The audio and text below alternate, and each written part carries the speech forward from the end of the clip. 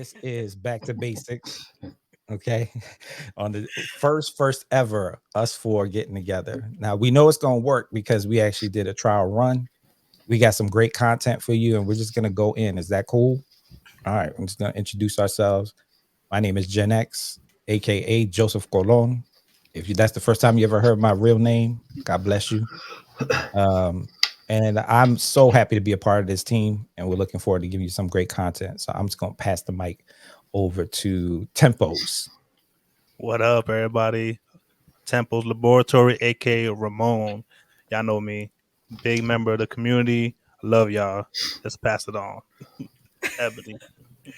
What's going on, my people, my family, the community, just all of y'all. I'm Miss Ebony Keys, aka Ebony, or you could just call me Miss Keys, whatever is best.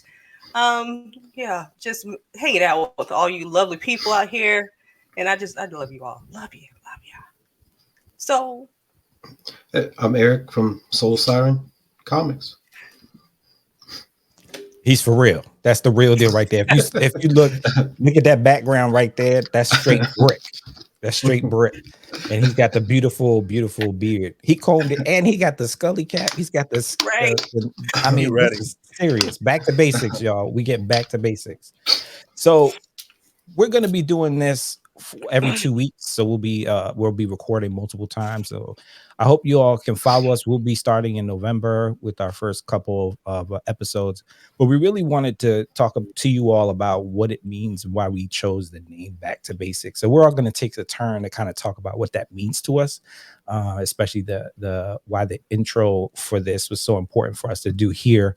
Partly because we were nervous that we would jack up something later on.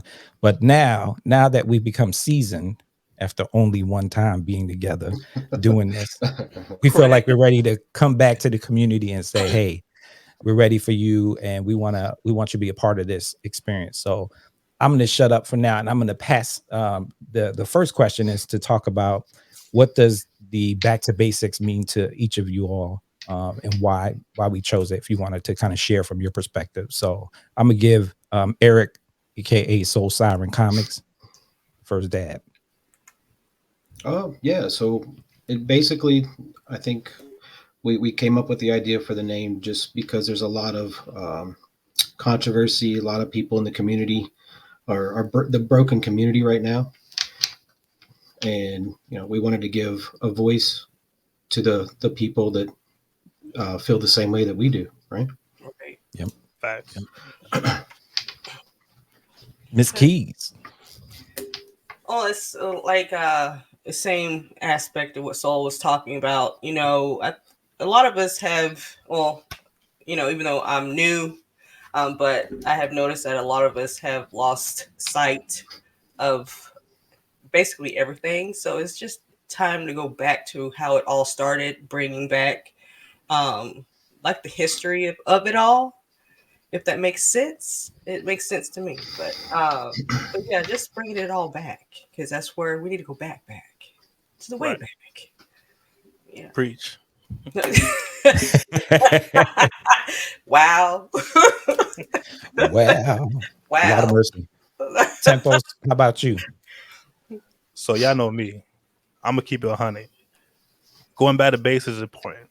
Why is it important? It's needed right now more than ever because we're true fans. We got the younger generation to look forward to. We got to teach them right. We can't teach them what's going on right now with the negativity, you know what I'm saying, and the popularity of certain people and certain things that's going on. So it's really time to just stop, take a break, take a breather, and let's get back to basics, Let's go. Let's go. That was the realest thing that you said. One of the pieces, I think, when we all got together and we spoke about what Back to Basics meant to us, it wasn't it was partly the issues that we saw happening in the community, but I also think it was also us kind of being pulled back into time almost. And we were talking about exactly like how we felt about the first time we saw our first comic book, the impact that had, why we were connecting to it. I know for me, when I think about Back to Basics, I think about a collective group as diverse as us getting together and really tapping into something that was so like, connected. The connective tissue, the memory that we have about comic books really talked about like the essence of hope, being heroic, being even your own superhero. And sometimes I know I grew up in Brooklyn, New York. For me, that escapism from the gangs and all that stuff, I was a nerd and I was definitely someone who loved comic books, but that definitely was not something positive in my neighborhood. Now, I grew up in the 80s, but a lot of folks don't know is that in the 80s, especially the gangs, they actually used to protect people like us, the nerds. So Right. it's a different story right now. And I could imagine what kids are going through now, being kind of, you know, on the outskirts and on the outside of society. So I think comic books for me, especially when we talked about the current state of affairs for comic books, yeah, it's kind of a dicey conversation, right? But I also think that the beauty of our podcast is that we're not just focusing on the positivity, we're actually providing you with the core principles of what was making this community what it was a year ago, 2 years ago, 5, 10 years ago. So that's where we are right now. We really, really want y'all to understand and let everybody know that back to basics isn't shade on anybody in the community. It's actually saying, hey, why don't you join us so that we can get back to the roots of it all, so that we can get to exactly what makes us who we are as people. This is part of our identity and our personalities. All of us have names. Right. We laughed about it the other day. Nobody knows my name. I mean, I have Joseph Cologne up there, but they know Gen X, right? And so we find it funny that, you know, I wouldn't say we're influencers, but we're definitely ambassadors of the program. We're ambassadors of the community. And I take that to heart as well. And I know these beautiful 3 people, I'm gonna have fun with y'all. So I'm excited about that. I'm so Ready. so we did prepare, and we made sure that everything was working, because earlier today my microphone wanted to play finicky, with me. Sound And like so now we Vader. got it. I think I needed y'all. I think that's what happened. I needed that. Maybe we should have did this segment at the beginning. That might have been easier. But I guess the next part of our segment we wanted to talk about is back in the day. We're calling it back in the day. So how did y'all get into comic books? What was your entry point, your childhood, adulthood connections? What storyline? And what book sparked your madness? So Soul, you have some picks of your own that really were influential. So why don't you lead us on the way to redemption? Yeah. So my grandparents were they had their own flea market booth. So I spent a lot of time on the weekends going to flea markets with them. And there was this bookstore over in the corner, and like underneath on the floor, he had all these short boxes full of comics, and you could go buy like 10 for $1. And I would just every weekend walk out with stacks and stacks of books. Spider-Man, Batman, X-Men were the main 3. And then but I first, like when I first really started getting into like a storyline, it was the Jim Lee run on X-Men 1, right? That's the picture that's there on the graphic. And then I was a big X-Men fan for a few years. And then I found Alex Ross and Kingdom Come and Uncle Sam, and that kind of changed because it was less superhero-y and more realistic storylines, I guess, if that's correct. But yeah, but that also kind of turned me on to a whole different artistic look on comics. And then from there on, I took some time off, and then I tried to come back a few times and get back into comics. And I actually didn't get back into comics until the Rebirth series, or DC, when they started the Rebirth lines. I got back in for a little while, and then financial reasons had to get back out. And I did pick up Walking Dead like at issue 105.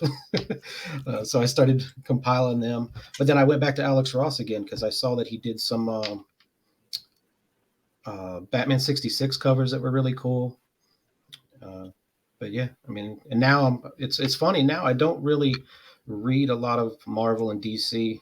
It's mostly indie stuff. So like now I'm reading. So I do collect a lot of covers for cover art too, and I was just going to show a couple of those. I don't know if we can see this, but I think everybody knows that Peach Momoko's hot right now. So this is one of my favorite covers that she did. That's dope. That's awesome. Try to get the glare off of it. Um, but yeah, this is so I got into the Rebirth line. When it came out, I was getting Action Comics and Superman and Batman. Um, but that's how I found Frank Cho. He was doing the variant covers of Wonder Woman. And then after I saw this cover, I was like, I got to get everything that Frank Cho does. So I have tons of Frank Cho books now. And actually, this is probably like what really got me back into comics after being gone for probably 10 years was this cover. Why that cover? But just because it's Frank Cho. Like I don't. Yeah. I loved how he drew Wonder Woman. Mm-hmm. But do you guys know the controversy behind this? What's that? Mm-mm. So he after issue 6, I can't remember who was over the line at the time, but they told him he couldn't draw her anymore because he was drawing her too sexy. Mm. So he Wow. did he that's why he only went to issue 6. But he still kept doing Harley Quinn. So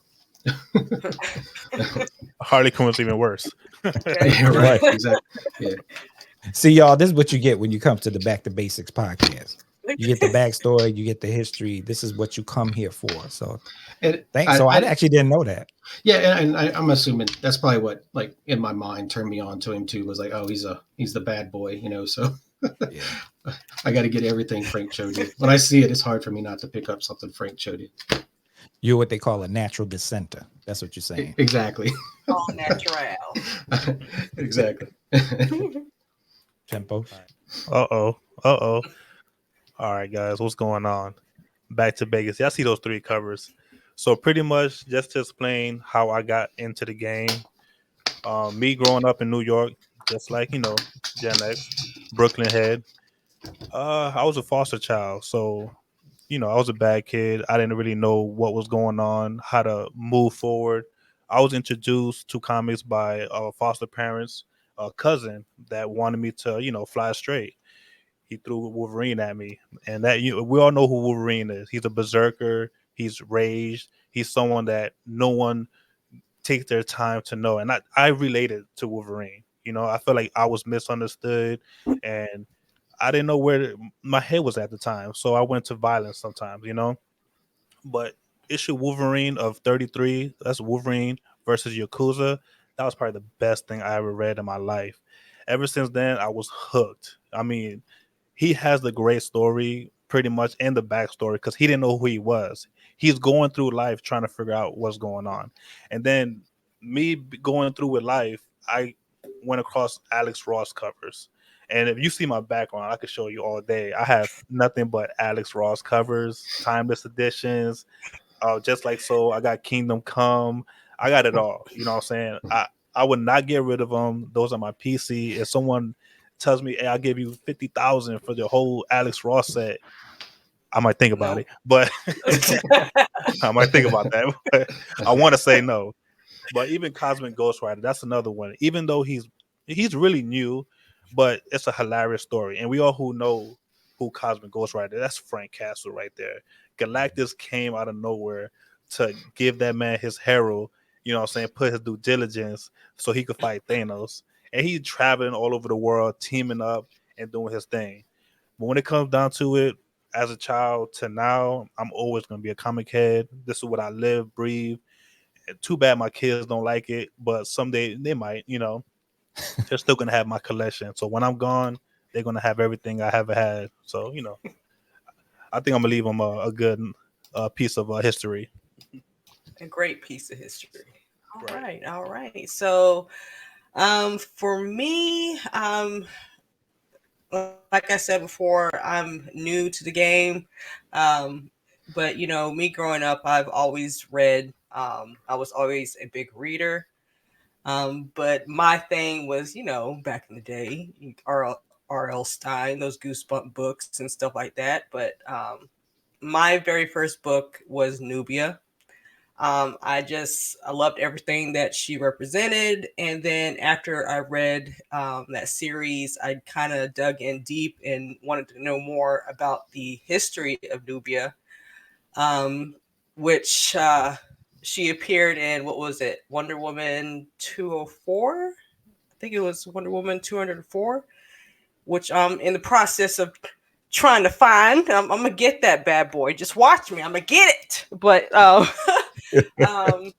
but it's just the I like to know. It's all about learning the history about a character, and Nubia, she did it for me, and I just feel um, she's just a woman that empowered me in a way, and with her being a black woman, I'm gonna say it, and she's beautiful, and you know that's how it's going to be. But also Eve, that's another little series that I had read. It was just something fun that kind of it stuck with me, and I'm already picking up the new series that just came out.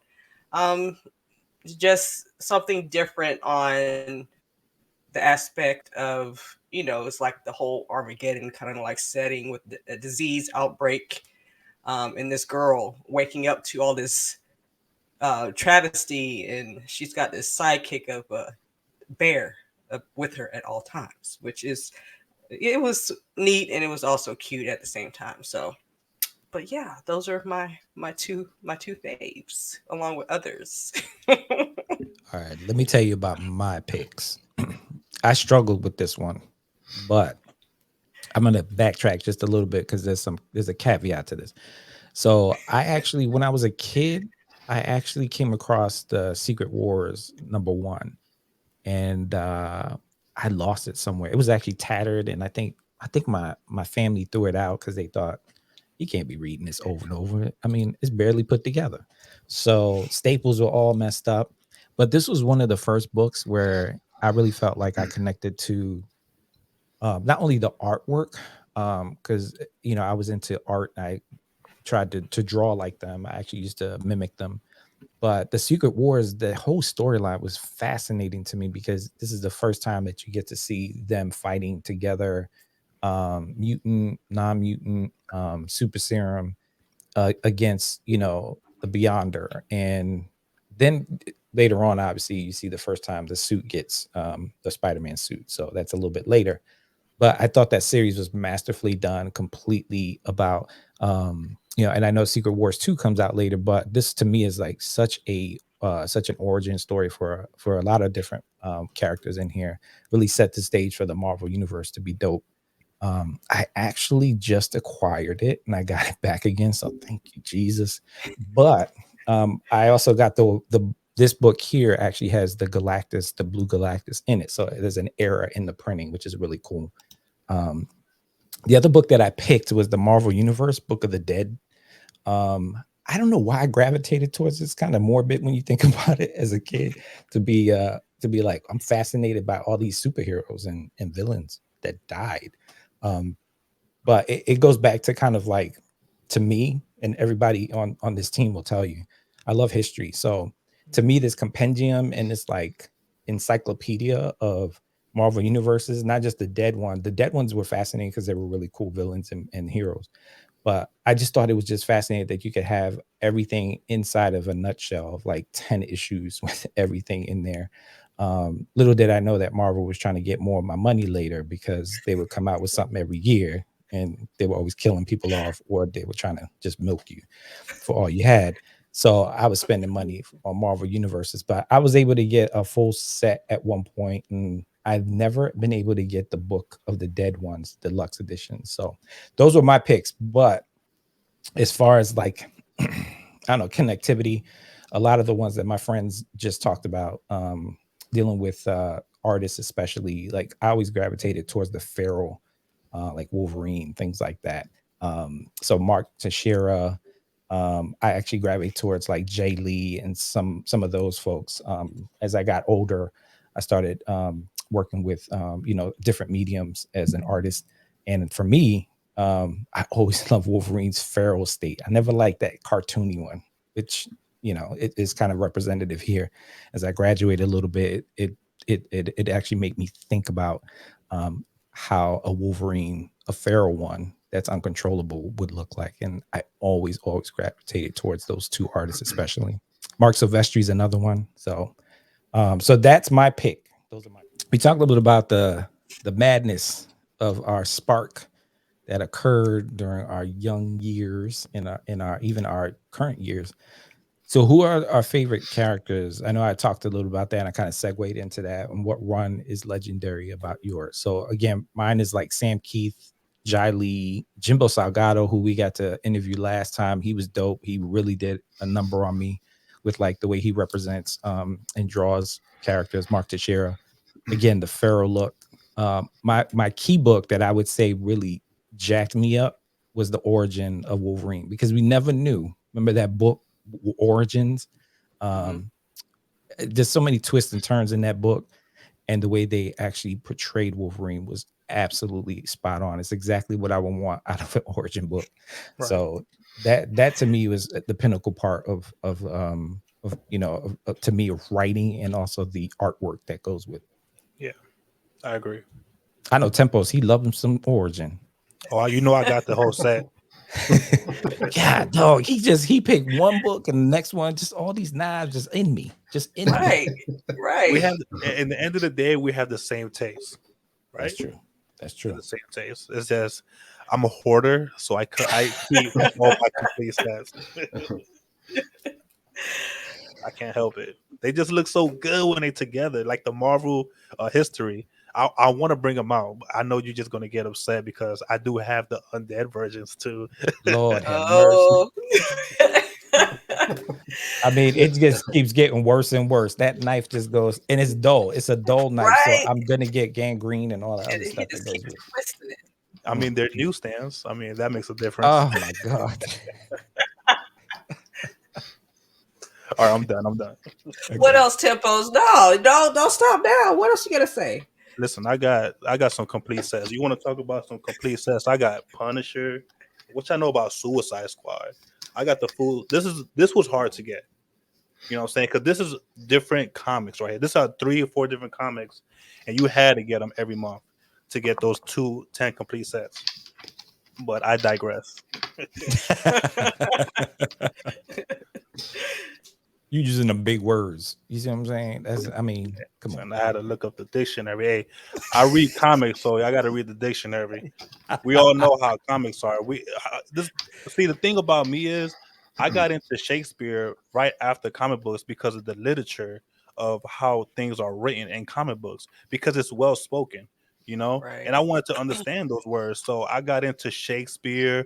I got into a lot of, poems, things like that. You should have seen me back in the day. I was a gothic kid writing poems back in the day. You know what I'm saying? That's how it was for me. And literature was a big part of my life also because of these comics. It helped me, That's where the Kango came from. You look like a professor. I'll take that. Professor Tempos. How about y'all? What characters, artists speak to you? I kind of jumped the gun with that, right? Frank Cho, but right now, Peach Momoko is probably the artist that speaks to me. I honestly, I'll admit, I haven't really read anything that she's done. I just ordered all of the Demon Wars so I can read her writing. But everything that I've seen about it looks amazing. So yeah, probably right now, Peach Momoko is who I'm into the most. And I'll get back to you on the content of her writing. You know how I met Soul? I bought my first Peach Momoko comic from Soul. Really? Really? I don't even know that, man.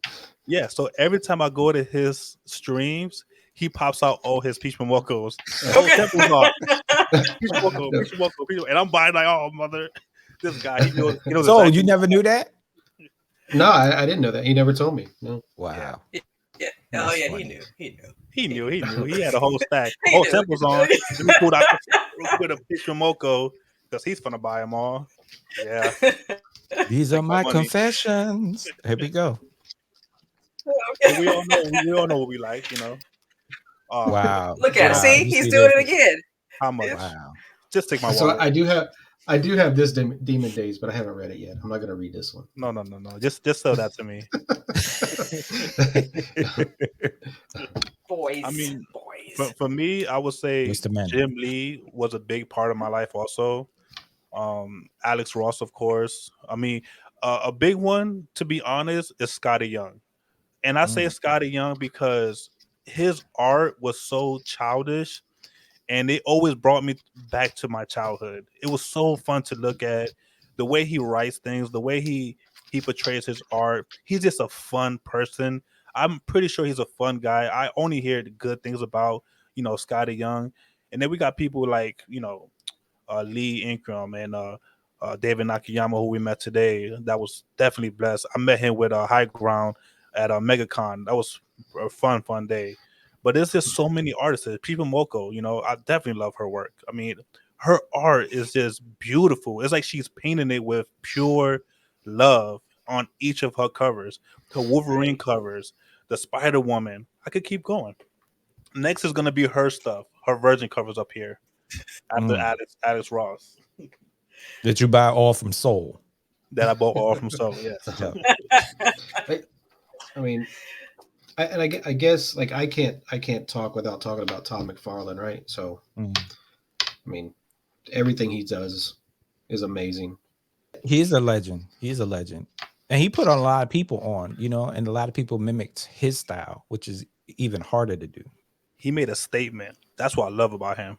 He didn't let nobody hold him back. He didn't care about any of his restriction. Even what the comic book was trying to hold people back, what the artists and writers. You know what I'm saying? Like you had people like McFarlane was like, you know what? I'm leaving. I'm taking this many people with me. We're gonna create something new, and they killed it. To this day, I'm a big indie fan because of McFarlane. I have a lot of Spawn comics I could pull out right now if y'all want me to. I didn't know this was the Flex show. This is the Flex theme show of Tempos Laboratory. All right, I'll stop. No, I just wanted to make sure we address some of the comments in here. We got questions and comments, y'all. So one of the Almost Vintage said that he loved the comics.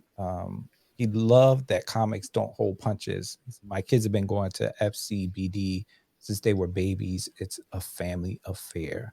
Nice. Miss Soul, I don't even know who she is. I mean, I'm not sure if she's related to somebody up in here or she's hanging out with somebody up in here. But let me tell you something. I like what she's putting down. Scotty's artwork reminds you of Saturday morning cartoons growing up in the 90s. And then she said to Tempos, buy them from Soul Siren Comics. So she took the opportunity to be the marketeer for the family. So I just want to put you got a target on your back, Tempos. That was a good plug. That was a good plug. It was a great plug. Almost Vintage said, can you list your important basics that are important to y'all collectively? That's a good question. That's a great question. Actually. Can you list your important basics that are important to y'all collectively? Ooh, look at her. She looked that up. Stop Googling stuff. She Googled questions, making me think. That's a hard question. I mean, in the end of the day, the importance of getting back to basics is what's going on in the community right now. There's a lot of stuff going on. Of course, there's a lot of stuff we don't want to bring up because we don't want to be a part of that negativity. But in the end of the day, there's a lot of stuff with exclusives going on that's not a thing. You know what I'm saying? Weekly, daily exclusive. Come on. That's not a thing. Let's go back to basics. We have to represent and respect the real artists out there, not the artists that's putting covers on top of covers, you know what I'm saying, and selling them for way more than what they are, and then taking advantage of people. But let me just hold it back because y'all know me. I'll keep going. I'll say something that I don't want to say because out of respect. But let's just get back to basics. Come on. I thought he was going to church right there for a minute. Oh, Church. Okay. I mean, to put it simply, we got together for one huge reason is because we miss what we had and what we want to keep. I think inside of us, we were just thinking to ourselves, where is a place, for example, where people feel comfortable, and we want to create a podcast that allows people to jump in, not be judged, to come at any point of interest in the way that they engage comic books, but most importantly, like to be taught, educated, and also to teach us as well. Because one of the things that is about, I would say collectively, is that we're not the subject matter experts. We just have life experiences, and we're all connected by comic books. And what they've added, the added value from us is really exponential. I think for us, I don't know, we thought hard. I mean, if y'all knew how long it took us to get our name just back to basics, I mean, I thought I was gonna be at least one half into the grave by the time we decided.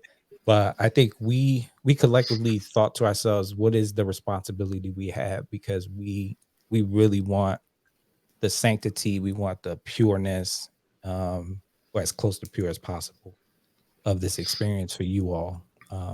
And to come away saying, "Damn, that's different." We don't want to spec on books. We don't want to do anything that's like everyone else has done. We don't think that people are doing it justice or right the way that that it should be taken care of. It's kind of, comic book industry and community needs to be taken care of. So I think that collectively, that's how we look at it. Kingdom Come. Read Kingdom Come. Read Kingdom Come and tell me that's not the greatest comic book story ever. You know what I'm saying? And people are missing out because they want to just buy covers. But what about the story? What about what people put into the inside the book, not what's outside the book? So we got to teach them. but we have discussed, like, in the future we will do like little segments talking about different storylines and books that we enjoyed reading. So yeah, but we will talk about cover art as well. So And the next question was, what kind of topics? This is from a woman named Miss Soul. What kind of topics, ideas do you all have for future podcast shows? So what are some thoughts that we have talked about? I think the main thing that we'd all discussed about what we wanted to achieve was just showing that there's just in podcast form and content, that there's a positive side of this community as well as all the negative stuff that you are forced to watch when you want to find something out about comics, say like on YouTube or just in Instagram. Everything seems to be so negative, but we want to highlight the positivity in the community as well. Right. I think we had discussed bringing other people in the community in to get their thoughts on different topics, but always just trying to stay positive. I mean, comic books is a positive thing.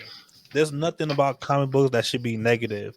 But what's coming out right now in the industry and what's being portrayed by a lot of influencers is real negative. You know what I'm saying? Because you ask some people questions and they don't know nothing about what's inside the comic. And that right there hurts my heart because I grew up with this. You know, just like everybody here, we grew up, we're fans, we're diehard fans. Y'all not going to take this away from me. And y'all not going to teach my kids and the future generation just about what covers are and who's the freaking influencers and platform creators. Take that out of my face. One thing for me that's most important, particularly with this group, is to talk about like how to connect the dots when it comes to, like, for example, one of my topics, and it's because I'm an educator, is, I brought this up with some of the speakers today, talking about representation in comic books and also making sure that we are highlighting those comic books so that they don't fizzle out. I think about, Milestone, and the only reason why it's coming back is because there's money in it. And there was money in it before, but ego unfortunately got in the way. that company or even that print, that Right. imprint of becoming more than it was. And it is because of unfortunately, Dwayne McDuffie died, and he was a big cornerstone of the publishing for those books. But look at Static Shock. If you look at Static Shock wasn't a kid show, or it wasn't a kiddie comic book. Matter of fact, Static Shock was a little bit darker, and a lot of people don't know that. And so that's what we're gonna do. We're literally gonna show you the roots of comic books. Like Soul said, we really want to go back not only to the positivity but the education piece. We are so lost at times, and to Tempos and Miss Key's point too. We go on people's streams who sell comic books and they have no clue what they're selling. And if you've never been on any of our shows, I know Miss Keys. I know she got like she got a whole backboard on each of those comic books filled with information, because I ain't never seen nobody rattle off so much info and stats. I mean, it is phenomenal, and that's exactly how people should be selling comic books. And Yeah, that's how people because should. if I don't know anything about it personally, why should I try and sell this book? I'm not just gonna throw it up there and be like, yeah, $3. All right, take it. But it's always good to know about if the backstory about the book, when it was printed, when it was made, if it's key, not key, who's in it. I think that's how it should be, and because that's how I would want things, presented to me as well. I mean, in the grand scheme of things, people only like what they see. It's not how back in the day was. Well, you had to be there in line and purchase those things and be grateful that you was there. Because in the end of the day, people think Invincible was one of those stories that, oh, he look at his life. This is a comic book about his life and his daily struggles. No, because Janice, you're right. Static Shock was about that. You know what I'm saying? His daily struggles, his life, his community, and what he had to deal with, as a black kid, you know what I'm saying, in that industry and all the troubles. So people think Invincible was the thing. Nah, man, let's go back. Let's talk about Milestone. Milestone did all that already. You know what I'm saying? You're watching brand new stuff that's been taken and revamped and turned different for the audience. You know what I'm saying? There's a lot of hidden stuff and a lot of hidden gems that we could really open a book and read and be like, oh my God, this happened? Wow. Let's get back to basics. Well, I know we are coming towards the end of the show. This is our first podcast. Let us know how we're doing. Tell us what you'd like to see us do. We love to get as much feedback and information from you all. And just to kind of give you more glimpse, we are going to be, I know we all live in different parts of the United States of America, but we are committed to interviewing people that you may never get in touch with, or you may not be able to get to cons and things like that. Even like this, today we met David Nakayama, and that was cool, right? And so to be able to bring that to folks, to talk about local comic shops and how the industry is either hurting and or helping them, I think they're in an interesting dynamic. And to be able to talk about what it takes to do things like this, or a con, like a real con, I'm gonna tell you, it's probably one of the biggest headaches that someone would ever take. I don't even know why you would take that on as part of, outside of making money, but ultimately it's one of the things that we want to bring forward to you, so that the more questions you have, the more answers we'll hopefully be on the search for. We're not going to have all the answers, but we for sure are going to do the research to make sure we come back repping big time. Facts. Marcus said, congrats, fam. Good squad, repping the community in an amazing way. I appreciate you, brother. Thanks, Marcus. Thank you, Marcus. All right. But before we do, you know what we got to do? What we got to do? What's that? Oh, my God. It's so beautiful, man. We got to start with that. I know. We got to to start with that. We got to put That's how we got to segments in. start the show. That's right. We have music. So this is our outro. I want to say thank you to these amazing people up in here. My name is Gen X Joseph Cologne. I'm going to pass it on to the rest of y'all. Y'all want to say goodbye, sign off? Soul Siren. Miss Keys, thank you for stopping by, guys. Tempos, holla at your boy. Love all of y'all. And that's who we are. We are back to basics. So we're gonna sign off on here. We love y'all. Keep following us. We will be posting and letting you know when we're official on all the platforms where you can get your podcast. On behalf of the team, I love y'all. We look forward to giving you more and more of what you need, what you want, and what you don't know you need or want. Exactly. Sounds good. Awesome. Peace out, y'all.